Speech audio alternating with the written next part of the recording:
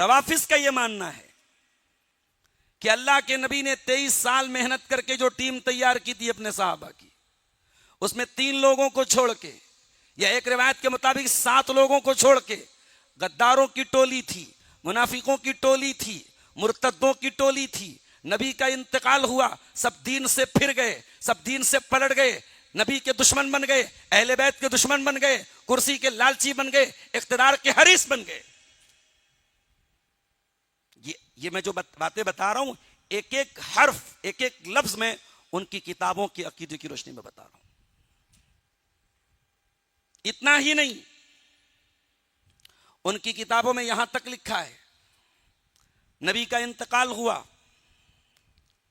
حضرت ابو بکر خلیفہ ہوئے، حضرت علی نے تسلیم نہیں کیا، حضرت عمر حضرت علی کے دروازے پر پہنچے، آواز دی، علی اندر موجود تھے، حضرت علی دروازے پر نہیں آئے، حضرت فاطمہ آئیں دروازے پر، حضرت عمر نے دھمکی دی، علی کو باہر بھیجو ورنہ دروازے کو آگ لگا دوں گا، اور پھر جب حضرت علی باہر نہیں آئے، حضرت عمر نے دروازے کو آگ لگا دی، دروازہ حضرت فاطمہ کے پیٹ پر گرا، ان کے پیٹ میں حمل تھا، ان کے پیٹ میں بچہ ہونے والا تھا، وہ بچہ شہید ہو گیا۔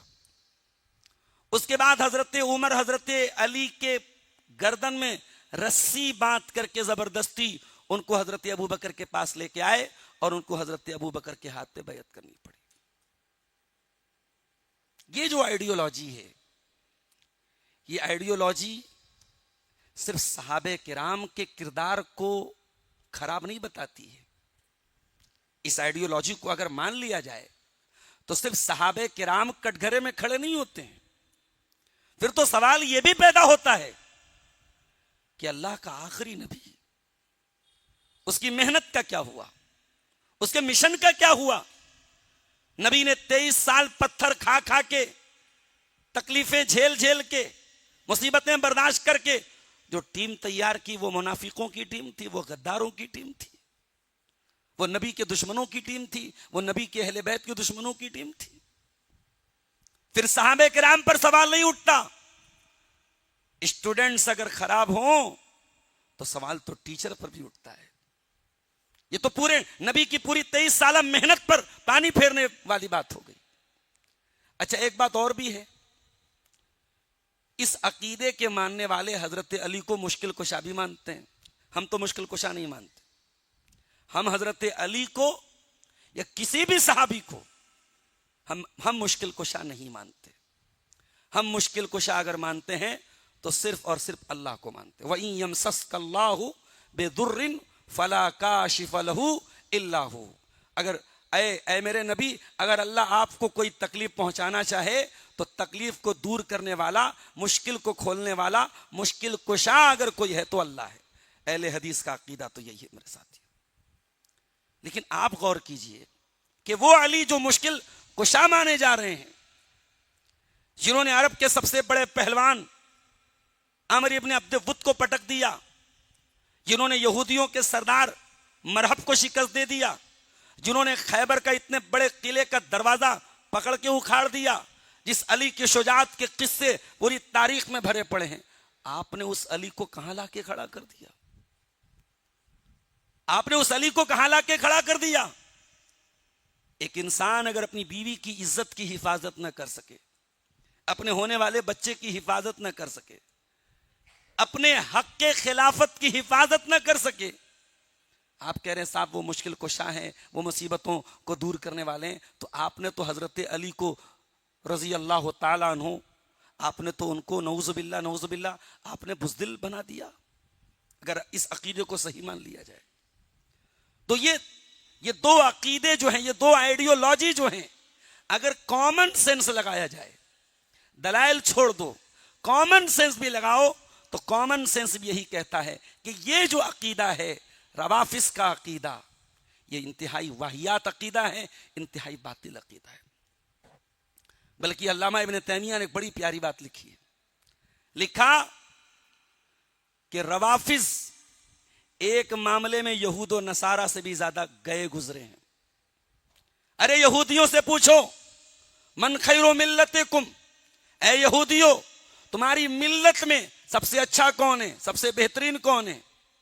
یہودی کہیں گے اصحاب موسیٰ، موسیٰ کے ساتھی لوگ، موسیٰ کے صحابی، موسیٰ کے ساتھ رہنے والے لوگ۔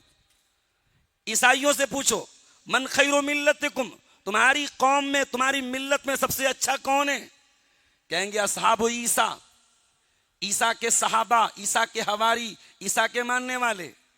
اور روافض سے پوچھو من شر ملتکم، تمہاری ملت میں، تمہارے مذہب میں سب سے برا کون ہے؟ کہیں گے ابو بکر سب سے برے ہیں، عمر سب سے برے ہیں، عثمان سب سے برے ہیں، عائشہ سب سے بری ہیں، حفصہ سب سے بری ہیں، صحابہ سب سے برے ہیں۔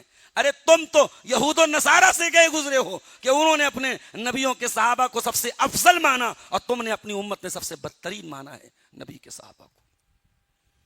اور آگے علامہ ابن تیمیہ لکھتے ہیں یہ کیسی بدترین قوم ہے، اسے حکم تو دیا گیا تھا صحابہ کرام کے لیے مغفرت کی دعا کرنے کا، یہ لعنت بھیجتی ہے یہ قوم نبی کے صحابہ پر۔ قرآن کا 28واں پارہ اٹھاؤ، سورہ حشر میں اللہ نے صحابہ کا تذکرہ کیا، مہاجرین کا ذکر کیا، انصار کا ذکر کیا۔ صحابہ کے دو ہی گروہ تھے، مہاجرین کا گروہ تھا، انصار کا گروہ تھا۔ ان دو گروہوں کا ذکر کرنے کے بعد اللہ نے فرمایا والذین جاءوا من بعدهم یقولون ربنا اغفر لنا ولإخواننا الذین سبقونا بالایمان ولا تجعل فی قلوبنا غلا للذین آمنوا ربنا انک رؤوف رحیم۔ اللہ نے کہا صحابہ کے بعد ایک تیسرا گروہ آیا۔ یہ تیسرا گروہ کس کا ہے؟ یہ اہل ایمان کا گروہ ہے، یہ اہل اسلام کا گروہ ہے۔ ان کی عادت کیا ہے؟ یہ جب دعا کے لیے ہاتھ اٹھاتے تو کہتے ہیں اے پروردگار ہمیں بخش دے اور ہمارے ان تمام بھائیوں کو بخش دے جو ہم سے پہلے ایمان لائے، اور اے اللہ ہمارے دل میں ہمارے ایمان والے بھائیوں کے لیے کبھی تو کینہ کپٹ مت رکھ۔ یہ دعا ہے، یہ دعا ہمیں سکھائی گئی ہے۔ ہم جب دعا کریں تو یہ دعا کریں کہ اے اللہ ہمارے دلوں میں ہم سے پہلے جو بھی ایمان لائے، اب ہم سے پہلے جو ایمان لائے اس میں سب سے پہلے کون ایمان لایا تھا؟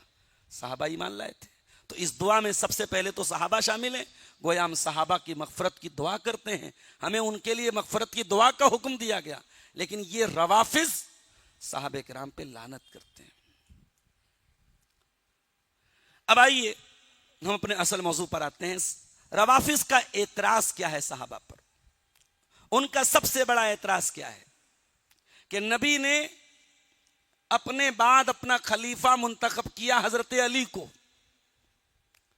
اور نبی نے مکہ اور مدینہ کے بیچ میں غدیر خم نام کے ایک مقام پر 18 ذی الحجہ کی تاریخ کو اعلان کیا من کنت مولاہ فعلی المولا، جس کا میں مولا ہوں علی اس کے مولا ہیں۔ نبی نے تمام مومنوں کا مولا یعنی حاکم اور خلیفہ قرار دیا حضرت علی کو۔ اب لہذا جن لوگوں نے ابو بکر کو خلیفہ بنایا، جن لوگوں نے حضرت عمر کو خلیفہ بنایا، جن لوگوں نے حضرت عثمان کو خلیفہ بنایا، ان لوگوں نے نبی کی اس وصیت کو توڑا ہے، وہ مرتد ہو گئے، وہ منافق ہو گئے، انہوں نے نبی کے ساتھ غداری کی۔ یہ دعویٰ ہے کس کا؟ روافض کا۔ اب آئیے اس کی حقیقت جانتے ہیں۔ غدیر خم میں ہوا کیا تھا؟ غدیر خم ایک چھوٹی سی جگہ ہے، غیر معروف جگہ ہے۔ غدیر کے معنی عربی میں تالاب ہوتے ہیں۔ یہ مکہ اور مدینہ کے بیچ میں ایک جگہ تھی، وہاں پہ اللہ کے نبی حج سے لوٹ رہے تھے۔ آپ نے جب حج کیا، زندگی کا پہلا اور آخری حج جس کو حجۃ الوداع کہتے ہیں، اس حج سے لوٹنے کے ٹائم حج ہو گیا، یمن والے یمن چلے گئے، مکہ والے مکہ میں رہ گئے، دور دراز سے جو آئے تھے دور دراز چلے گئے۔ اب اللہ کے رسول کے ساتھ کچھ صحابہ کرام جو مدینہ جا رہے تھے ان کے ساتھ آپ جا رہے تھے، اور مکہ اور مدینہ کے بیچ میں ایک جگہ تھی غدیر خم، وہاں آپ نے خطبہ دیا۔ اس خطبے میں آپ نے کیا کہا؟ صحیح مسلم کے اندر ایک حدیث ہمیں ملتی ہے حضرت زید ابن ارقم رضی اللہ تعالیٰ عنہ کی، کہ اللہ کے نبی نے اس خطبے میں کہا انی تارکن فیکم ثقلین، میں دو بھاری چیزیں تمہارے بیچ میں چھوڑ کے جا رہا ہوں، اولہما کتاب اللہ، پہلی چیز اللہ کی کتاب ہے، فیہ الہدی والنور، اس میں اللہ کی ہدایت ہے، اس میں اللہ کی روشنی ہے، فخذوا بہ واستمسکوا بہ، اس کتاب کو پکڑے رہنا، اس کتاب کو تھامے رہنا۔ آپ نے قرآن کے اوپر لوگوں کو ابھارا۔ اس کے بعد آپ نے فرمایا دوسری چیز جو میں چھوڑ کے جا رہا ہوں، اپنے اہل بیت کو چھوڑ کے جا رہا ہوں۔ اب یہاں ایک پوائنٹ پر غور کیجئے گا۔ عام طور سے یہ حدیث پڑھ کے یہ بتانے کی کوشش کیا جاتا ہے کہ نبی نے دین لینے کا دو سورس بتایا کہ دین یا تو قرآن سے لو یا اہل بیت سے لو۔ اسی لیے روافظ کے یہاں حضرت ابو ہریرہ کی حدیثوں کو نہیں مانا جاتا۔ روافظ کے بڑے بڑے ائمہ نے، علماء نے لکھا ہے ان کے کہ ہم ابو ہریرہ رضی اللہ عنہ کی کوئی حدیث نہیں مانتے، ہم عمرو بن عاص کی کوئی حدیث نہیں مانتے، ہم ابو بکر عمر کی کوئی حدیث نہیں مانتے۔ ان کا کہنا ہے ہم دین کس سے لیں گے؟ اہل بیت سے لیں گے۔ کیا نبی نے ایسا کچھ کہا ہے کہ دین لینا ہے تو اہل بیت سے لینا ہے؟ نبی نے ایسا نہیں کہا۔ نبی نے کہا میں اپنے اہل بیت کو چھوڑ کے جا رہا ہوں، اذکرکم اللہ فی اہل بیتی، اذکرکم اللہ فی اہل بیتی، میرے اہل بیت کے بارے میں اللہ سے ڈرنا، میرے اہل بیت کے بارے میں اللہ سے ڈرنا۔ اب ظاہر سی بات ہے کہ نبی جب یہ کہہ رہے کہ میرے اہل بیت کے بارے میں اللہ سے ڈرنا، اس کا مطلب یہ ہوا کہ میرے اہل بیت کا خیال رکھنا، ان کے حقوق کا خیال رکھنا، ان کے ساتھ کوئی زیادتی نہ کرنا، ان کے حقوق میں کوئی کمی نہ کرنا، ان کو شریعت نے جو اسپیشل رعایتیں دی ہیں اور جو اسپیشل حقوق دیے ہیں اور جو اسپیشل مقام دیا ہے وہ مقام ان کو دینا، اہل بیت کے ساتھ کوئی ظلم مت کرنا۔ ایک بات تو آپ نے اس خطبے میں یہ کہی، یہ صحیح مسلم کی روایت ہے۔ ایک بات آپ نے اور کہی، اصل میں اللہ کے پیارے رسول نے حضرت علی کو یمن بھیجا تھا، یمن میں کچھ مال غنیمت وصول کرنا تھا، اس کی ذمہ داری اللہ کے پیارے نبی نے حضرت علی کو سونپی تھی۔ حضرت علی نے جب مال غنیمت وصول کیا تو شریعت کا ایک رول ہے کہ مال غنیمت میں 5واں حصہ یعنی 20% وہ اللہ کی راہ میں خرچ کیا جائے گا اور رسول اللہ کے اہل بیت کے درمیان خرچ، کیونکہ رسول اللہ کے اہل بیت کو زکوٰۃ کی رقم نہیں دی جا سکتی۔ تو شریعت میں مال غنیمت وغیرہ سے جو مال آئے گا اس کا 1/5 یعنی 20% جو حصہ ہے جس کو خمس کہتے ہیں، تو اس میں سے نبی کے اہل بیت کو بھی دیا جائے گا۔ تو حضرت علی نے اس مال غنیمت میں سے کچھ چیزیں اپنے لیے لے لی تھی، جس پر کچھ صحابہ کو اعتراض ہوا تھا کہ ابھی تو رسول اللہ تک بات نہیں پہنچی ہے، حضرت علی نے پہلے ہی کیوں لے لی؟ یہ اعتراض کچھ لوگوں نے حضرت علی پر کیا اور یہ اعتراض اللہ کے رسول تک لایا گیا کہ اللہ کے نبی علی نے ایسا ایسا کیا ہے۔ تو نبی نے پہلے تو سمجھایا کہ بھئی علی میرے اہل بیت میں سے ہیں اور اہل بیت کے لیے مال غنیمت میں ایک حصہ الگ سے متعین ہے، اگر علی نے لے لیا تو کوئی غلط نہیں کیا۔ نبی نے انڈیویژولی انفرادی طور پہ جن لوگوں نے اعتراض کیا ان کو سمجھایا۔ پھر اللہ کے رسول کو ایسا محسوس ہوا کہ بہت سارے لوگوں میں یہ غلط فہمی ہے کہ حضرت علی نے اس مال غنیمت کا صحیح استعمال نہیں کیا ہے۔ تو نبی نے ایک مجمع کے سامنے غدیر خم میں کہا من کنت مولاہ فعلی مولاہ، کہ اے لوگوں کان کھول کے سن لو، علی میرے بڑے محبوب ہیں، علی میرے بڑے چہیتے ہیں، علی میرے بڑے لاڈلے ہیں۔ تو جو میرا من کنت مولا، جس کا میں مولا ہوں، جو مجھ سے محبت رکھتا ہے وہ علی سے بھی محبت رکھے۔ اب یہاں لفظ مولا کے معنی کیا حاکم کے ہیں، کیا بادشاہ کے ہیں، کیا امیر کے ہیں، کیا امام کے ہیں؟ نہیں، یہاں مولا کے معنی محبوب ہے، کہ جس کا میں محبوب ہوں، جو مجھ سے محبت رکھتا ہے وہ علی سے محبت رکھے، جو مجھ سے دوستی رکھتا ہے وہ علی سے دوستی رکھے۔ اور میں جو یہ بات کہہ رہا ہوں یہ ہوائی فائر نہیں کہہ رہا ہوں، کر رہا ہوں۔ مولا کے معنی یہاں اور عربی زبان میں مولا کے معنی حاکم ہوتا بھی نہیں، امیر ہوتا بھی نہیں ہے۔ عام طور سے مولا کے معنی محبوب ہوتا ہے، مولا کے معنی چچا کا بیٹا ہوتا ہے، مولا کے معنی مالک ہوتا ہے، مولا کے معنی شریعت کی ٹرم میں جس کو خلیفہ کہتے ہیں، امیر کہتے ہیں، امام کہتے ہیں، وہ مولا کے معنی ہوتا بھی نہیں، عام طور سے جنرلی نہیں ہوتا ہے۔ یہاں مولا کے معنی محبوب ہے۔ دلیل کیا ہے؟ نبی نے اگلا جملہ کیا کہا؟ اللہم والی من والا وعاد من عادا، اے اللہ جو علی سے دوستی رکھے، جو علی سے محبت رکھے تو اس سے محبت رکھ، اور جو علی سے دشمنی رکھے تو اس سے دشمنی رکھ۔ نبی نے جو یہ دعا کی اس سے کلیئر ہو گیا کہ یہاں مولا کے معنی محبوب ہیں، مولا کے معنی دوست ہیں۔ یہ اتنی سی بات تھی، اس کو کیا بنا دیا کہ صاحب کہ نبی نے علی کی خلافت کا اعلان کیا تھا۔ اب ہمارے کچھ سوال ہیں اس پر، چلو 2 منٹ کے لیے ہم مان لیتے ہیں نبی نے علی کی خلافت کا اعلان کیا، چلو مان لیتے ہیں۔ پہلا سوال، نبی کو علی کی خلافت کا اعلان کرنا تھا تو نبی نے ایک غیر معروف جگہ چند 100 صحابہ کرام کے بیچ میں اعلان کیوں کیا؟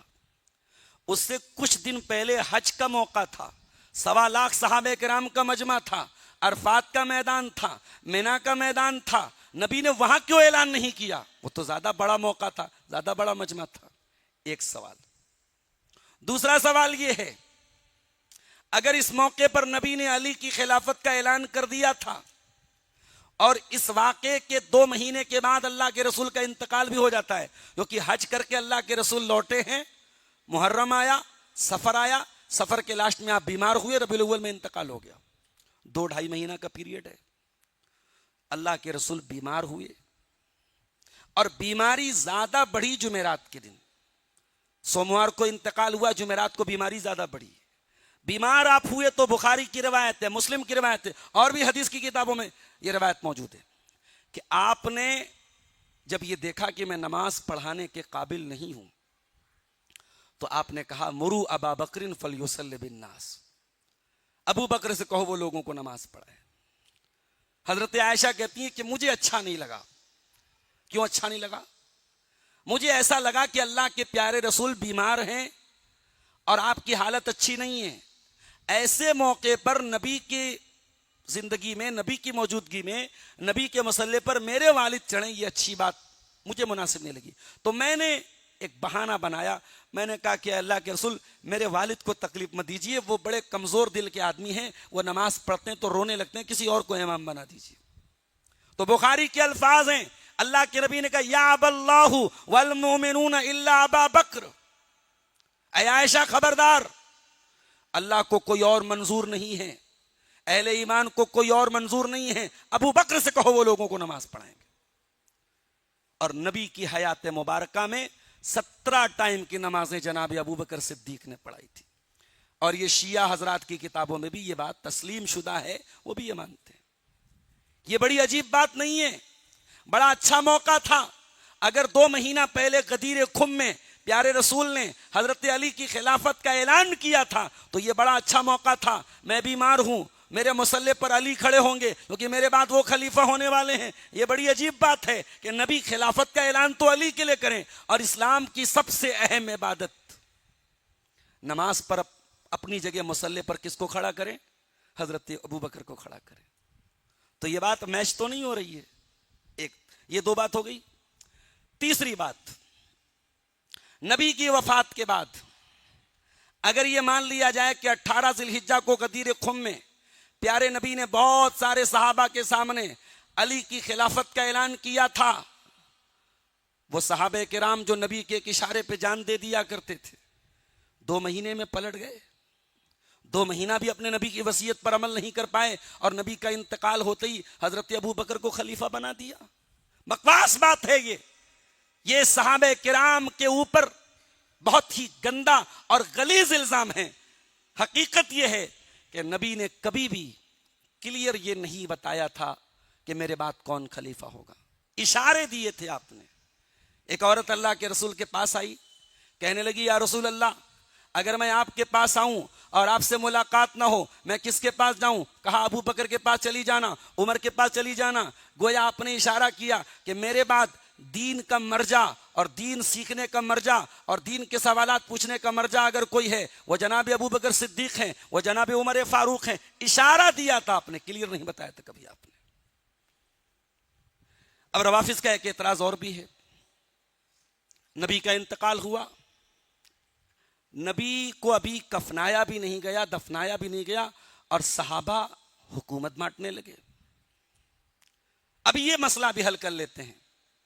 بخاری کی روایت ہے، نبی کا انتقال ہوا، صحابہ بہت صدمے میں تھے، حضرت عمر فاروق تو ماننے کو تیار نہیں تھے اللہ کے پیارے رسول کا انتقال ہوا ہے۔ ابو بکر صدیق نے اس موقع پر بھی بڑی دور اندیشی کا ثبوت دیا اور آئے، اور آتے ہی پیارے نبی کے حجرے میں داخل ہوئے اور پیارے رسول کی پیشانی کو چوما اور روتے ہوئے کہا طبت حیا و میتن، اے میرے پیارے نبی آپ زندگی میں بھی پاک تھے اور وفات کے بعد بھی آپ پاک ہیں، آپ پاک تھے، زندگی میں بھی پاک تھے اور موت کے بعد بھی پاک ہیں۔ اللہ تعالیٰ سب کو ایک موت دیتا ہے، وہ ایک موت آپ کو آ چکی ہے، اللہ دو موت کسی کو نہیں دیتا ہے۔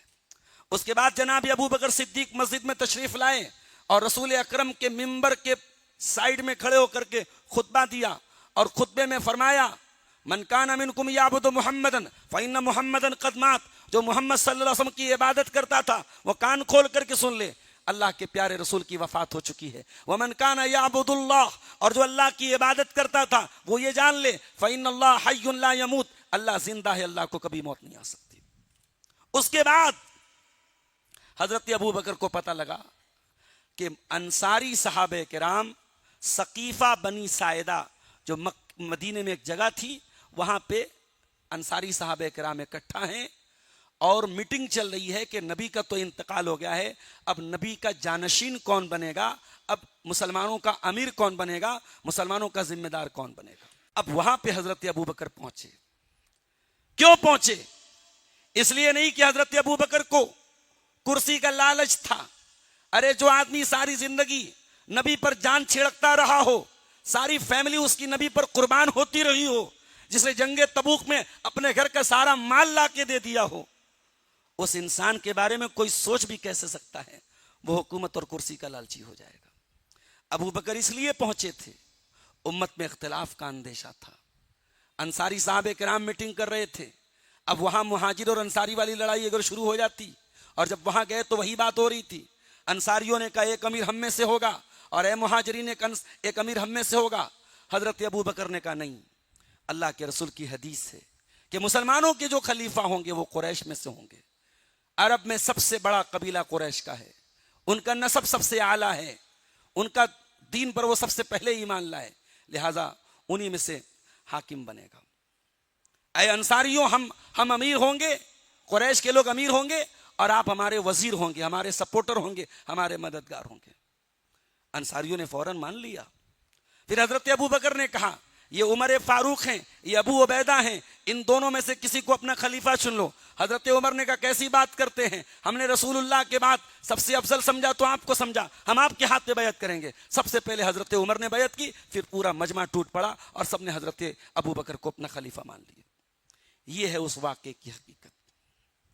اب اس کا مطلب آپ یہ نکالیں کہ سب نبی کا کفن دفن، نبی نے اپنے تجہیز و تکفین کے بارے میں وصیت کی تھی کہ یہ کام میرے اہل بیت کریں گے، اس لیے اللہ کے رسول کو قبر میں اتارنے کا کام، نہلانے کا کام، کفنانے کا کام یہ نبی کے اہل بیت، اور صرف حضرت علی نے اکیلے نہیں کیا تھا، اس میں حضرت عباس کا نام بھی آتا ہے۔ یہ روافظ حضرت عباس کو نہیں مانتے، نبی کے چچا کو نہیں مانتے، یہ حضرت عباس بھی تھے اس میں تجہیز و تکفین کرنے میں، حضرت عباس کے بیٹے فضل بن عباس، قسم بن عباس، یہ سب لوگ تھے قبر میں اتارنے میں، کفنانے میں، دفنانے میں۔ تو یہ نبی کی وصیت تھی۔ بھئی ہمارے گھروں میں میت ہوتی ہے، ہمارے بڑے چاہنے والے ہیں، بڑے دوست ہیں، بڑے احباب ہیں، تو کیا سب لوگ ہمارے جنازے کو تیار کریں گے؟ ایسا تھوڑی ہوتا ہے۔ اور جہاں تک یہ اعتراض ہے کہ انتقال سوموار کے دن ہوا اور دفن کیوں جمعرات کے دن کیا گیا 2 دن کے بعد، تو بھائی سب کو ایک تمنا تھی کہ ہم رسول اللہ کی جنازے کی نماز پڑھیں۔ انفرادی طور پہ لوگ آتے تھے، جنازے کی نماز پڑھتے چلے جاتے تھے، تو 2 دن کے بعد اللہ کے نبی کو دفنایا گیا۔ اس میں کون سی حیرت کی بات ہے؟ اچھا، یہ اعتراض کرنے والے اپنے بڑے بڑے علماء اور اپنے بڑی بڑی شخصیتوں کو 2 مہینے تک ان کی باڈی کو رکھ کے رہتے ہیں کہ صاحب ہم بعد میں دفن کریں گے۔ ابھی ایک لیٹسٹ مثال ہمارے سامنے موجود ہے، صاحب وہ ان کے ایک بہت بڑے عالم کا انتقال ہو گیا اور ابھی تک ان کو نہیں دفنایا، سنا ہے کہ جو ہے ان کو محرم کے بعد دفنایا جائے گا۔ آپ اعتراض کر رہے ہیں صاحب کہ اللہ کے رسول کو کیوں 2 دن کے بعد دفنایا گیا؟ تو یہ بکواس اعتراض ہے، فضول اعتراض ہے۔ ایک اعتراض یہ کیا جاتا ہے کہ اللہ کے رسول کی وفات کے پہلے نبی نے کہا قلم لاؤ کاغذ لاؤ، تو حضرت عمر نے کہا قلم کاغذ کی کوئی ضرورت نہیں، حسبنا کتاب اللہ، ہمارے پاس قرآن موجود ہے۔ جب اتنا کہا حضرت عمر نے تو وہاں کچھ لوگوں نے کہا کہ نہیں، اگر نبی مانگ رہے تو قلم کاغذ لے آیا جائے۔ کچھ لوگوں نے کہا نہیں، اللہ کے نبی بہت تکلیف میں ہے، بلا وجہ تکلیف نہ دی جائے، دین مکمل ہو چکا ہے، جتنی دین کی اہم باتیں تھی اللہ کے نبی بتا چکے ہیں۔ اب صاحب یہ بخاری کی روایت ہے، اس کو بنیاد بنا کے حضرت عمر پر کیچڑ اچھالتے ہیں کہ صاحب اللہ کے نبی حضرت علی کی خلافت لکھوانا چاہتے تھے، حضرت عمر نے اڑنگا ڈال دیا اور روڑا اٹکا دیا اور نہیں لکھنے دیا۔ واہ بھائی صاحب واہ، آپ نے اللہ کے نبی کو اتنا مجبور سمجھ لیا کہ حضرت عمر نے اعتراض کیا اور اللہ کے نبی مان گئے۔ نبی ہماری اور آپ کی طرح نہیں ہوتے ہیں، نبی اللہ کے نمائندے ہوتے ہیں۔ یا ایھا الرسول بلغ ما انزل الیک من ربک، اے رسول آپ کا کام ہے اللہ کے دین کی تبلیغ کرنا، وَإِن لَمْ تَفْعَلْ فَمَا بَلَّغْتَ رِسَالَتَهُ، اور اگر آپ نے اللہ کے دین کو اللہ کے بندوں تک نہیں پہنچایا تو آپ نے رسالت کا حق ادا نہیں۔ آپ کہنا کیا چاہتے ہیں کہ حضرت علی کی خلافت لکھوانا چاہتے تھے اللہ کے پیارے نبی، اور حضرت عمر کے کہنے پر نہیں لکھوایا آپ نے؟ یہ ہو ہی نہیں سکتا، یہ پاسبل ہی نہیں ہے۔ اگر کوئی امپورٹنٹ بات ہوتی، کوئی اہم بات ہوتی، دنیا لا کے اعتراض کرتی، اللہ کے نبی کسی کے اعتراض کرنے پر نہیں روک سکتے تھے۔ اور جہاں تک حضرت عمر کے روکنے کی بات ہے، حضرت بھائی ہم لوگ اپنے گھروں میں دیکھیں، کوئی بوڑھا انسان ہے، کوئی ہمارا بزرگ ہے، ہمارے گھر کا کوئی بڑا ہے، اب بیمار ہے، وہ بیماری کے ایام میں انسان بہت ساری چیزوں کی خواہش کرتا ہے، لیکن ہم کہتے نہیں رہنے دو، ان کو تکلیف مت دو۔ وہاں وہی معاملہ تھا، حضرت عمر نے کہا اللہ کے رسول بہت تکلیف میں ہیں، قلم کاغذ لانے کی کوئی ضرورت نہیں ہے، اللہ تعالیٰ کی کتاب ہمارے پاس موجود ہے، رسول کا طریقہ موجود ہے، ہمیں مزید کوئی اور تیسری چیز کی ضرورت نہیں ہے، رہنے دو، اللہ کے نبی کو تکلیف مت دو، بس یہی مقصد تھا۔ روافض نے تو یہاں تک اعتراض کیا ہے کہ حضرت عائشہ نے نعوذ باللہ اللہ کے نبی کو زہر دیا تھا۔ اللہ اکبر، یعنی یہ قوم صحابہ کی دشمنی میں کتنی اندھی ہو چکی ہے میرے ساتھیوں۔ حضرت عائشہ وہ شخصیت ہیں، پیارے نبی سے پوچھا حضرت عمرو بن عاص نے، یا رسول اللہ من احب الناس الیک، اے اللہ کے رسول سب سے زیادہ آپ کس سے محبت کرتے ہیں؟ نبی نے فرمایا عائشہ سے کرتا ہوں۔ میں نے پوچھا من الرجال، اے اللہ کے نبی مردوں میں سب سے زیادہ کس سے محبت کرتے ہیں؟ کہا ابوہا، عائشہ کے باپ سے کرتا ہوں۔ یعنی اللہ کے نبی اپنی بیوی حضرت عائشہ سے جو محبت کرتے تھے وہ کوئی سیکرٹ نہیں تھی، اللہ کے رسول اوپنلی کہہ رہے کہ ہاں میں عائشہ سے محبت کرتا ہوں۔ بیمار تھے آپ اور آپ کی خواہش تھی اور تمنا تھی کہ میں اپنے آخری ایام حضرت فاطمہ حضرت عائشہ کے حجرے میں گزاروں۔ آپ روزانہ پوچھتے تھے کل میری باری کہاں ہے، پرسوں میری باری کہاں ہے۔ تمام بیویاں سمجھ گئیں کہ اللہ کے نبی حجرے عائشہ میں جانا چاہتے ہیں۔ سب بیویوں نے کھلے دل سے اجازت دی، یا رسول اللہ آپ جہاں جانا چاہتے ہیں چلے جائیں۔ چنانچہ ایک طرف سے حضرت علی نے سہارا دیا، ایک طرف سے حضرت عباس نے سہارا دیا، اور ان دونوں کے سہارے اللہ کے پیارے نبی حجرے عائشہ میں پہنچے، اور بیماری کے آخری ایام آپ نے حجرے عائشہ میں گزارے۔ اور اما عائشہ تو یہاں تک کہتی ہیں کہ نبی کا انتقال ہوا تو میری گود میں سر رکھ کے اللہ کے نبی لیٹے تھے، اور میرا لعاب رسول اکرم صلی اللہ علیہ وسلم کے لعاب سے مل گیا تھا۔ آخری ٹائم آپ نے مسواک کیا تھا، اور وہ مسواک میں نے اپنے دانتوں سے نرم کر کے اللہ کے پیارے نبی کو دیا تھا۔ جو بیوی اللہ کے رسول سے اتنی محبت کرتی ہو، اور جس بیوی سے رسول اللہ اتنی محبت کرتے ہو، ارے ظالموں تمہاری زبان کیوں نہیں کاپی، تمہارے قلم کیوں نہیں کاپے اس بیوی پر اتنا گھناؤنا الزام لگاتے ہوئے کہ انہوں نے حضرت اللہ کے رسول کو زہر دیا تھا، نعوذ باللہ۔ روافض نے ایک اعتراض یہ بھی کیا کہ صاحب حضرت عثمان غنی جو تھے، انہوں نے اپنے دور میں اپنے رشتہ داروں کو گورنر بنا دیا اور ہر جگہ کا ذمہ دار بنا دیا۔ عثمان غنی اپنا مال لٹاتے تھے، بیت المال کا پیسہ لٹاتے تھے اپنے رشتہ داروں کے اوپر، بنو امیہ کے اوپر، اقربا پروری سے انہوں نے کام لیا۔ ایک بات یہ بتاؤ، اللہ نے مجھے مال دیا ہے، ایک آدمی مالدار ہے، پیسے والا ہے، کروڑ پتی ہے، اب اگر وہ اپنے رشتہ داروں پر پیسہ خرچ کر رہا ہے، یا کہہ لو اڑا رہا ہے، یا کہہ لو لٹا رہا ہے، تو تو بھئی آپ کو کیا تکلیف ہے؟ یہ کوئی غلط بات ہے؟ اپنے رشتہ داروں پر پیسہ خرچ کرنا تو اسلام کی تعلیم ہے. اسلام تو کہتا ہے اگر آپ مالدار ہیں تو خرچ کیجئے. یہ تو اسلام کا حکم ہے. عثمان غنی نے بیت المال سے ایک پیسہ لیا ہو اس کا کوئی ثبوت دے دو. عثمان غنی الحمدللہ ہر دور میں مالدار رہے. ان کے نام کے ساتھ غنی لگا ہوا ہے ٹائٹل کے طور پہ. عثمان ہمیشہ غنی رہے, ہمیشہ غنی رہے. ارے عثمان تو وہ ہیں مدینہ میں جب میٹھے پانی کا ایک ہی کنواں تھا اور وہ یہودیوں کے قبضے میں تھا, عثمان نے اپنے مال سے خرید کے مسلمانوں کو وقف کیا تھا. عثمان غنی تو وہ تھے جنگ تبوک کے موقع پر 960 گھوڑے دیے تھے, 40 اونٹ دیے تھے, 1000 دینار دیے تھے, اور نبی نے ان کے دیناروں کو ہاتھ میں لے کے کہا تھا ما ضر عثمان ما عمل بعد اليوم قط. عثمان کو اس کا کوئی عمل آج کے بعد نقصان نہیں پہنچا سکتا. اس عثمان پر یہ الزام لگا رہے ہو کہ وہ بیت المال کا پیسہ اپنے رشتہ داروں پر خرچ کرتے تھے.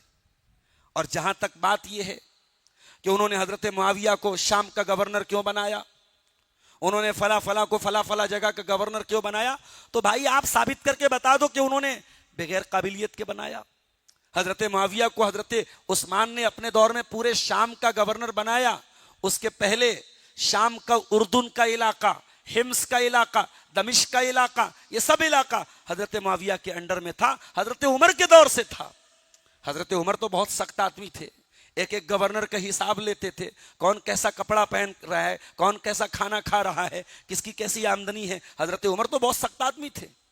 اگر حضرت عمر جیسے انسان نے حضرت معاویہ کو برقرار رکھا تو حضرت عثمان کیوں ہٹا دیتے ان کو؟ مطلب بنو امیہ سے تھے تو یہ گالی بن گیا. میں بتا چکا ہوں حضرت عثمان کی سیرت جب میں نے بیان کی تھی, میں نے بتایا تھا کہ بنو امیہ کا لفظ ایک گالی بنا دیا گیا. صاحب یہ بنو امیہ کون خاندان تھا؟ یہ اللہ کے رسول کے خاندان کا سمجھ لیجئے کہ جوڑی دار خاندان تھا. اللہ کے رسول کا نسب کیا ہے؟ محمد بن عبداللہ بن عبد المطلب بن ہاشم بن عبد مناف. حضرت عثمان کا نسب کیا ہے؟ عثمان بن عفان بن ابی العاص بن امیہ بن عبد شمس بن عبد مناف. عبد مناف پہ جا کے مل گیا. حضرت امیر معاویہ کا نسب کیا ہے؟ معاویہ بن صخر بن حرب بن امیہ بن عبد شمس بن عبد مناف. عبد مناف پہ تینوں کا نسب جا کے مل جاتا ہے, یعنی تینوں کے فور فادر ایک ہیں, تینوں کے لقڑ دادا ایک ہیں. آپ صاحب ایسا ثابت کر رہے ہیں جیسے یہ بالکل اللہ کے رسول کا دشمن خاندان تھا. نعوذ باللہ. بڑا تاریخ کو بڑا مسخ کیا گیا اور بنو امیہ کے لفظ کو گالی بنا دیا گیا. تو حضرت عثمان نے کوئی اقربا پروری سے کام نہیں لیا تھا. ایک اعتراض یہ بھی کیا جاتا ہے صاحب کہ قرآن کریم میں حضرت عثمان نے اور حضرت ابو بکر نے کچھ آیتوں کو گھٹا دیا جو حضرت علی سے ریلیٹڈ تھی, جو حضرت فاطمہ سے ریلیٹڈ تھی. ان آیتوں کو گھٹا دیا اور انشاءاللہ ہمارے 12ویں امام تشریف لائیں گے تو ان تمام آیتوں کو سامنے لے کے آئیں گے. یہ سارے روافظ کا عقیدہ تو نہیں ہے, لیکن روافظ کی میجورٹی کا یہ عقیدہ ہے. ان کے ایک بہت بڑے امام نے کتاب لکھی ہے اور کتاب کا نام ہے فصل الخطاب فی تحریف کلام رب الارباب. یعنی اس کتاب کا نام کیا ہے؟ اللہ کے کلام میں تحریف کی گئی. اس میں ثابت کیا ہے انہوں نے کہ قرآن میں تحریف کی گئی ہے. بھئی ہم لوگ تو آج تک یہ ثابت کرتے ہیں اسلام کے دشمنوں کے سامنے کہ ہمارا قرآن جو رسول پر اترا وہ الحمدللہ رب العالمین سے لے کر من الجنت والناس تک ایز اٹ از ویسا ہی ہے, کوئی چینجنگ نہیں ہوئی. مگر یہ بدبخت قوم کیا کہہ رہی ہے کہ نہیں صاحب قرآن میں بھی چینجنگ ہو گئی ہے, قرآن کی بہت ساری آیتوں کو گھٹا دیا گیا ہے.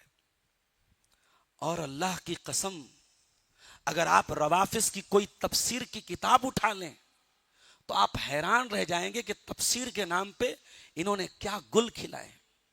قرآن کی جتنی آیتیں منافقوں کے بارے میں ہیں, کافروں کے بارے میں ہیں, مشرکوں کے بارے میں ہیں, ان کی تمام تفسیر کی کتابیں اٹھا کے دیکھیے. ان آیتوں کا مصداق انہوں نے حضرت ابو بکر کو ٹھہرایا, حضرت عمر کو ٹھہرایا, حضرت عثمان کو ٹھہرایا, حضرت عائشہ کو ٹھہرایا.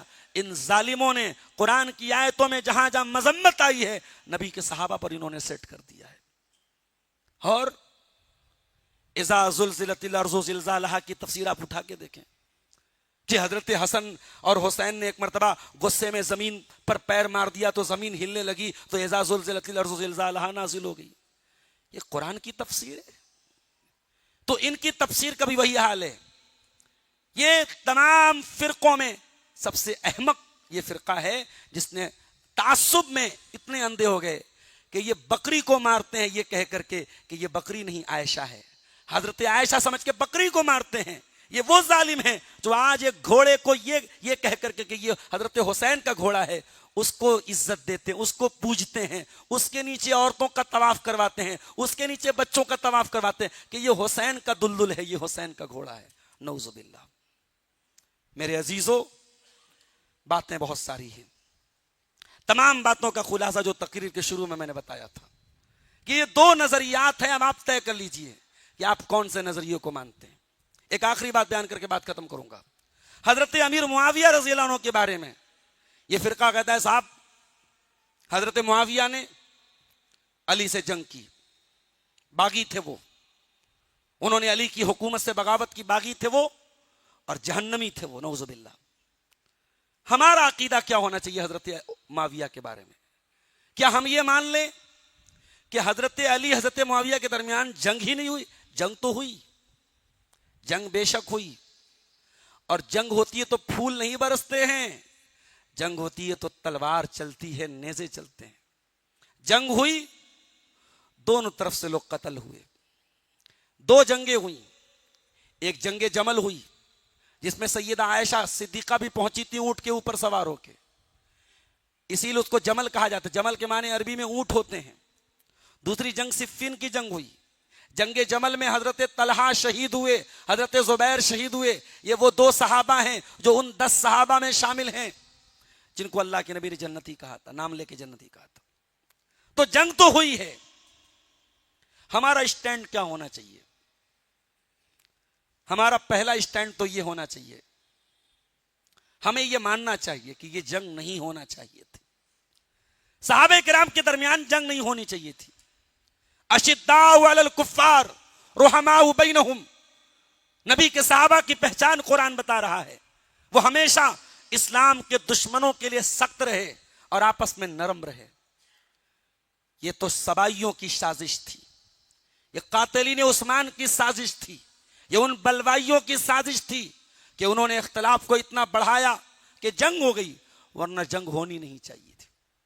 اب جب جنگ ہوئی تو اب اگر ہم سے کوئی یہ پوچھے کہ بھئی جنگ میں یہ لوگ صحیح تھے کہ یہ لوگ صحیح تھے, حضرت علی صحیح تھے کہ حضرت معاویہ صحیح تھے, تو آؤ ذرا اپنے نبی سے پوچھتے ہیں. میں 2 حدیثیں پڑھ کے سنا رہا ہوں, اور اگر آپ کو حدیثوں کا نمبر یاد کرنے کا بڑا شوق ہے تو یہ 2 نمبر یاد کر لیجئے اور اپنے دل اور دماغ کی ڈائری میں نوٹ کر لیجئے. پہلی حدیث ہے بخاری کی 2704 نمبر کی حدیث. حضرت علی کی شہادت کے بعد جب حضرت حسن کو خلیفہ بنایا گیا, حضرت حسن بہت بڑا لشکر لے کر کے حضرت معاویہ سے لڑنے کے لیے آگے بڑھے. ادھر سے حضرت حسن کا لشکر آگے بڑھا, ادھر سے حضرت معاویہ کا لشکر آگے بڑھا. تو حضرت معاویہ نے حضرت عمرو بن عاص سے کہا کہ اے عمرو, کب تک یہ جنگ چلے گی؟ کب تک یہ خون خرابہ چلے گا؟ اگر اسی طریقے سے خون خرابہ ہوتا رہا, مسلمانوں کے بچوں کا کیا ہوگا؟ مسلمانوں کی عورتوں کا کیا ہوگا؟ مسلمانوں کی جان و مال کا کیا ہوگا؟ اے عمرو بن عاص, یہ جنگ رکنی چاہیے. چنانچہ حضرت معاویہ نے اپنے خاندان کے 2 معزز لوگوں کو حضرت حسن کے پاس بھیجا. اے حسن, اے رسول اللہ کے بیٹے, اے رسول اللہ کے نواسے, ہم صلح کرنا چاہتے ہیں, ہم جنگ ختم کرنا چاہتے ہیں. حضرت حسن نے کہا میری یہ شرطیں ہیں. کہ کوئی بات نہیں, ہمیں آپ کی شرط منظور ہے. چنانچہ حضرت حسن نے صلح کی. اور ابھی رک جائیے, صلح ہو گئی, جنگ ختم ہو گئی. اب مسلمانوں کا خلیفہ کون بنے گا؟ سب لوگوں نے اتفاق کر لیا حضرت معاویہ بنیں گے. حضرت معاویہ کے ہاتھ پر بیعت ہوئی. حضرت حسن نے خود بیعت کی, اور یہ میں نہیں کہہ رہا ہوں, روافظ کی کتابوں میں لکھا ہے, ان کی بہت مشہور کتاب ہے رجال کشی. رجال کشی کے الفاظ ہیں کہ حضرت حسن نے اپنے بھائی حضرت حسین سے کہا, حسین آگے بڑھو, فبایع انہو امامی, آگے بڑھو، بیعت کرو معاویہ کے ہاتھ پہ، یہ میرے امام ہیں، یہ میرے امام ہیں، یہ میرے امام ہیں۔ ارے ظالم، جسے تیرے امام نے اپنا امام مانا تو گالیاں دیتا ہے، تو لعنتیں کرتا ہے، تو اپنے ایمان کی خیر منا۔ حضرت حسن و حسین نے بیعت کی تھی حضرت معاویہ کے ہاتھ پہ۔ اور ایک بات یاد رکھیے، معاویہ معاویہ ہے میرے پیارے ساتھیوں۔ دنیا میں کردار جب لکھے جائیں گے تو حضرت معاویہ کا کردار لکھا جائے گا۔ 20 سال تک شام کے گورنر رہے، 20 سال تک پوری امت کے خلیفہ رہے۔ 40 سال حکومت کرنا آسان کام نہیں ہے، مخالف بھی ہیں، موافق بھی ہیں۔ حضرت معاویہ کی ایک پالیسی تھی، وہ حلم سے کام لیتے تھے، جذبات میں نہیں آتے تھے، طیش میں نہیں آتے تھے، اپنے مخالفوں کی بھی عزت کرتے تھے۔ حضرت علی سے جنگ ہوئی، کبھی علی پر تبرہ نہیں کیا، کبھی علی پر لعنت نہیں کی، کبھی علی کو کوئی ایک تاریخ کی صحیح روایت نہیں ملتی کہ حضرت معاویہ نے کبھی حضرت علی کو گالی دی ہو، لعن طعن کی۔ اختلاف تھا، تنقید کرتے تھے ایک دوسرے پر، ایک دوسرے کی پالیسی پر تنقید کیا ہے۔ اور حضرت علی کے خطبات کا جو مجموعہ نہج البلاغہ کے نام سے ہے، جس کا رائٹر شیعہ ہے اور جس میں بہت ساری فرضی باتیں ہیں، اس فرضی باتوں کے بیچ میں یہ بات بھی ہمیں ملتی ہے کہ حضرت علی کے سامنے جب یہ اختلاف آیا حضرت معاویہ سے ان کا، تو انہوں نے کہا تھا کہ معاویہ کی جماعت اور میرے درمیان جو اختلاف ہے وہ عثمان غنی کے قاتلوں کے بارے میں ہے، باقی ایمان میں ہم دونوں میں کوئی فرق نہیں، وہ بھی ایمان والے، ہم بھی ایمان والے، وہ بھی قرآن کو ماننے والے، ہم بھی قرآن کو ماننے والے۔ تیرے امام نے، جن کو تو اپنا پہلا امام مانتا ہے اور جن کو ہم چوتھا خلیفہ مانتے ہیں، جب حضرت علی نے کہہ دیا ایمان میں ہم دونوں برابر ہیں، تو حضرت معاویہ پر لعنت کیسے کرتا ہے؟ ظالم، تو اپنے ایمان کی خیر بنا۔ تو یہ روایت 2407 نمبر کی بخاری کی ہے۔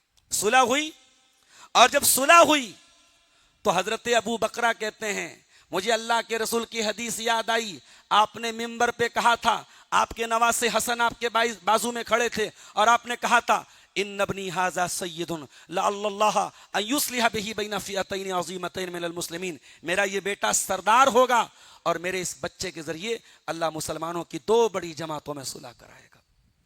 یہ حق اور باطل کی جنگ ہوتی، یہ ظلم کے خلاف جنگ ہوتی، یہ بغاوت ہوتی تو نبی جنگ کرنے کا حکم دیتے، نبی صلح کی تعریف نہ کرتے۔ نبی نے اپنے نواسے کی تعریف کی، کیوں؟ کہ میرا نواسا صلح کروائے گا۔ پتہ یہ چلا کہ نبی صلح چاہتے ہیں، نبی جنگ نہیں چاہتے ہیں۔ میرے عزیزو، صحابہ کے درمیان جنگ نہیں ہونی چاہیے تھی مگر ہوئی۔ اللہ تعالیٰ نے اس امت کی تقدیر میں جو زخم لکھے تھے، ان زخموں میں ایک زخم صحابہ کی یہ جنگیں بھی تھی۔ ہمارا ایمان یہ ہے، صحابہ کی یہ جنگیں جو ہوئیں، صحابہ اللہ تعالیٰ کے یہاں خود جواب دیں گے، ان جنگوں کے بارے میں اپنی پوزیشن وہ کلیئر کریں گے۔ ارے ہم ہیں کون اور ہماری اوقات کیا ہے؟ ہم 3 میں ہیں کہ 13 میں ہیں؟ ہم کون ہوتے ہیں یہ ڈیسائیڈ کرنے والے کہ حضرت علی صحیح تھے کہ حضرت معاویہ صحیح تھے؟ اور آج کا ایرا غیرہ نتھو خیرہ کہتا ہے صاحب میں ہوتا تو علی کے ساتھ کھڑا ہوتا، اور میں ہوتا تو معاویہ کے خلاف جنگ کرتا۔ ارے ظالم، تو ہوتا تو پتہ نہیں تو کہاں ہوتا۔ ارے اس زمانے میں صحابہ کی ایک بڑی جماعت ایسی تھی جو نہ حضرت علی کے ساتھ تھی، جو نہ حضرت معاویہ کے ساتھ تھی۔ اس جنگ کو وہ فتنہ سمجھتی تھی۔ سعد بن ابی وقاص بھی انہی میں سے تھے، اور کئی جلیل القدر صحابہ انہی میں سے تھے جو دونوں طرف شامل نہیں ہوئے۔ تو ایک حدیث تو آپ یہ یاد کر لیجئے، 2704 نمبر کی حدیث، اور ایک اور حدیث کا نمبر بتا رہا ہوں، اس کو بھی نوٹ کر لیجئے۔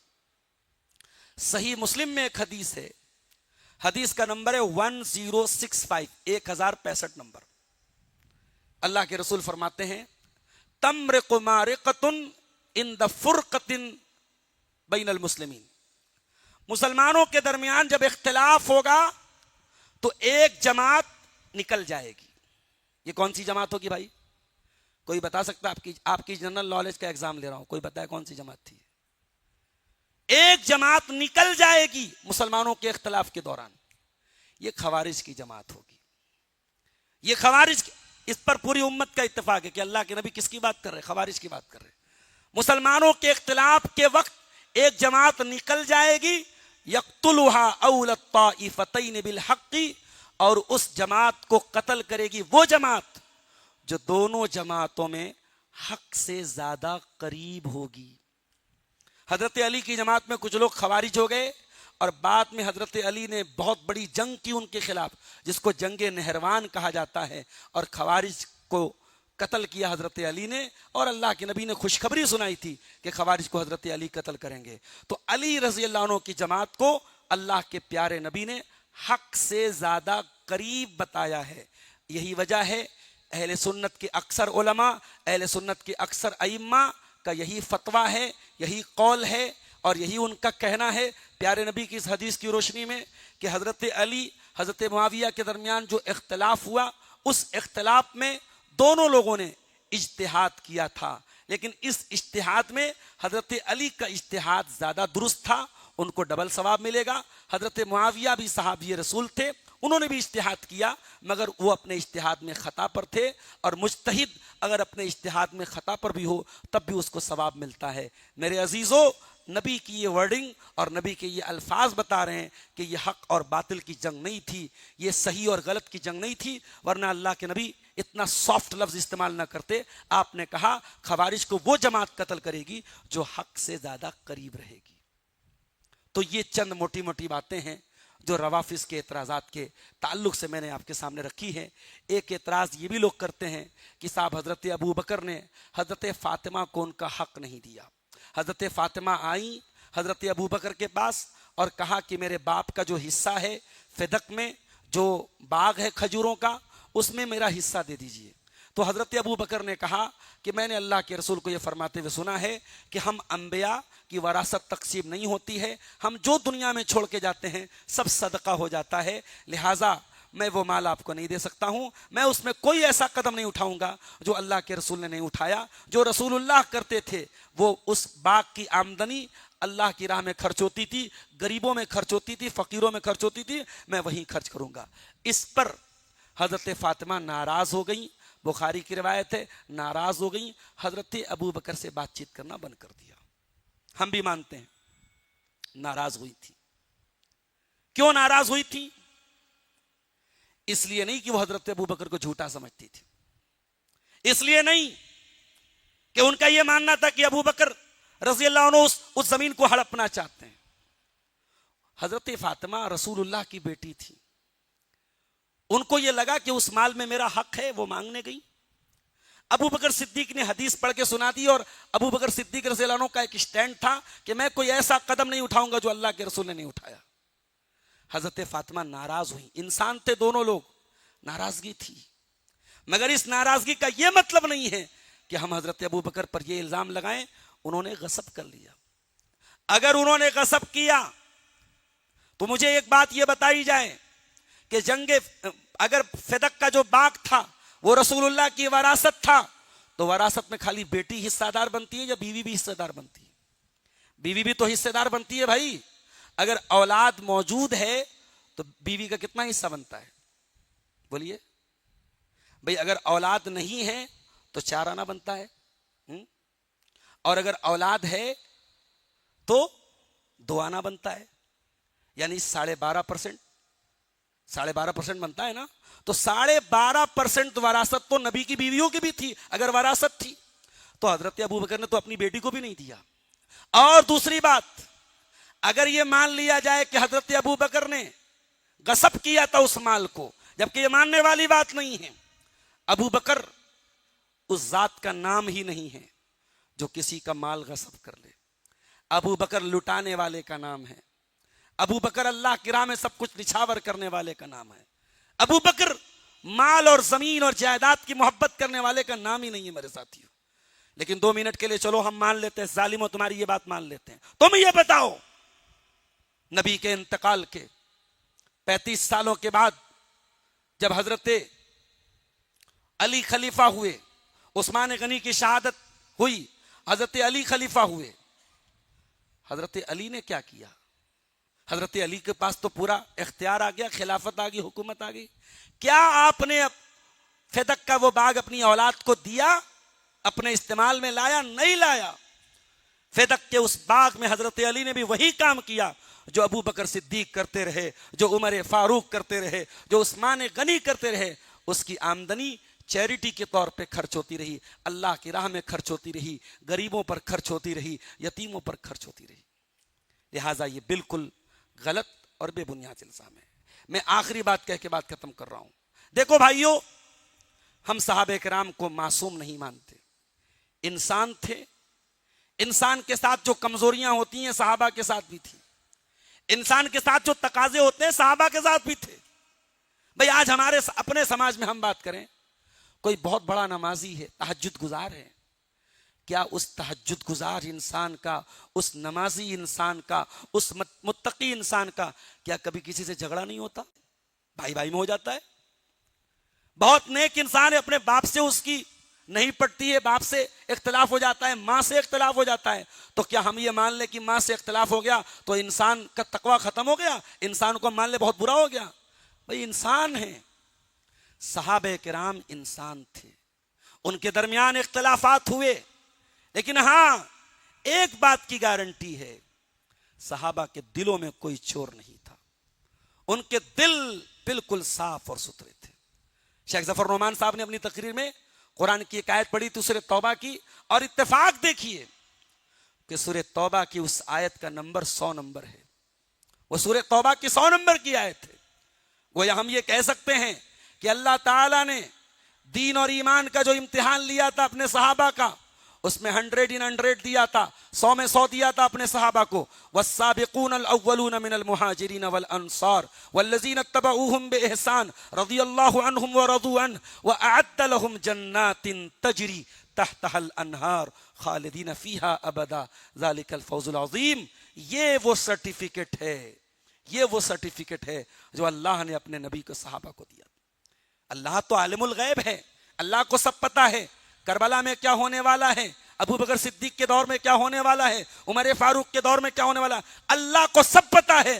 اور اللہ اپنی کتاب میں کہہ رہا ہے میرے نبی کے تمام صحابہ جنتی ہیں، میں اپنے نبی کے تمام صحابہ سے راضی ہوں. اللہ تو راضی ہے، تو پتہ نہیں کہاں سے بیچ میں آ گیا، تو کہہ رہا ہے سب ہم راضی نہیں ہیں، ہم ابو بکر کو نہیں مانتے، ہم عمر کو نہیں مانتے. تو ایک کام کرتے، ہم تجھ کو نہیں مانتے. بھئی تیری بات ماننے کا مطلب کہ ہم قرآن کو شک کے دائرے میں لے آئیں، ہم حدیث کو شک کے دائرے میں لے آئیں. تو قرآن اور حدیث کو شک کے دائرے میں لانے سے بہتر ہے ہم تجھ کو شک کے دائرے میں لائیں. تیری بات ہم نہیں مانیں گے، ہم رب کے قرآن کی بات مانیں گے. ہم محب صحابہ جو ٹھہرے جان و دل ان پہ وارے ہوئے ہیں. میرے پیارے ساتھیوں، ہم صحابہ سے محبت کرتے ہیں، ہم اہل بیت سے بھی محبت کرتے ہیں، اور ہم دونوں کی شان میں گلو نہیں کرتے ہیں. ان کے مقام سے ان کو گراتے نہیں ہیں، اور ان کے مقام سے ان کو اوپر نہیں چڑھاتے ہیں. یہ چند باتیں تھیں روافظ کے تعلق سے، ان کے عقائد کے تعلق سے، ان کے اعتراضات کے تعلق سے. انشاءاللہ کل اس سلسلے کا آخری پروگرام رسول پورہ کی مسجد میں ہوگا، اور وہاں استاذ محترم شیخ اسد اعظمی حفظہ اللہ کا خطاب ہوگا. اہل بیت کون ہیں، ان کا مقام کیا ہے، ان کے بارے میں ہمارا عقیدہ کیا ہے. اور دوسرا خطاب میرا ہوگا جس میں حضرت حسن رضی اللہ تعالیٰ عنہ اور حضرت حسین رضی اللہ عنہ کی سیرت کو بیان کیا جائے گا. سیرت کیوں بیان کی جائے گی؟ کیونکہ آج کل ٹوٹو پہ بیٹھ جاؤ، ٹیمپو پہ بیٹھ جاؤ، رکشہ پہ بیٹھ جاؤ، آج کل ہر جگہ نوحہ بج رہا ہے. اور نوحہ میں یہ بتایا جا رہا ہے صاحب کہ حضرت حسین اور ان کے بچوں پر کربلا میں پانی بند کر دیا گیا اور ان کی بیٹیوں کے سر سے چادر چھین لی گئی. تو بھیا ہم کو ایک بات یہ بتائیے کہ حضرت حسین کی زندگی میں صرف کربلا ہے یا کچھ اور بھی ہے؟ حضرت حسین کو اتنا لیمیٹیڈ نہ کرو کہ دنیا کو ان کی شہادت تو یاد ہو، ان کی سیرت یاد نہ ہو. انشاءاللہ کل کی تقریر میں حضرت حسین کے تقوی پر بھی بات آئے گی، ان کی عبادت پر بھی بات آئے گی، ان کے حلم پر بھی بات آئے گی، ان کی زندگی کے وہ پہلو جو عام طور سے بیان نہیں ہوتے ہیں، اب اس پر بھی انشاءاللہ کل بات کریں گے. دعا ہے رب العالمین سے الہ العالمین اس سلسلے کو ہم سب کے حق میں بابرکت بنائے. رب العالمین ہمیں صحابہ کرام اور اہل بیت سے سچی محبت کی توفیق عطا فرمائے. پروردگار ہمیں سیدنا حسن و حسین سے صحیح محبت جو رسول اللہ نے سکھائی ہے، جو قرآن و حدیث کی روشنی میں جو محبت ہے، وہ محبت ہمیں کرنے کی توفیق عطا فرما. جب تک ہمیں دنیا میں زندہ رکھ، اسلام پر زندہ رکھ، اور ہمارا خاتمہ ایمان پر ہو. آمین. وآخر دعوانا ان الحمد للہ رب العالمین. والسلام علیکم ورحمۃ اللہ.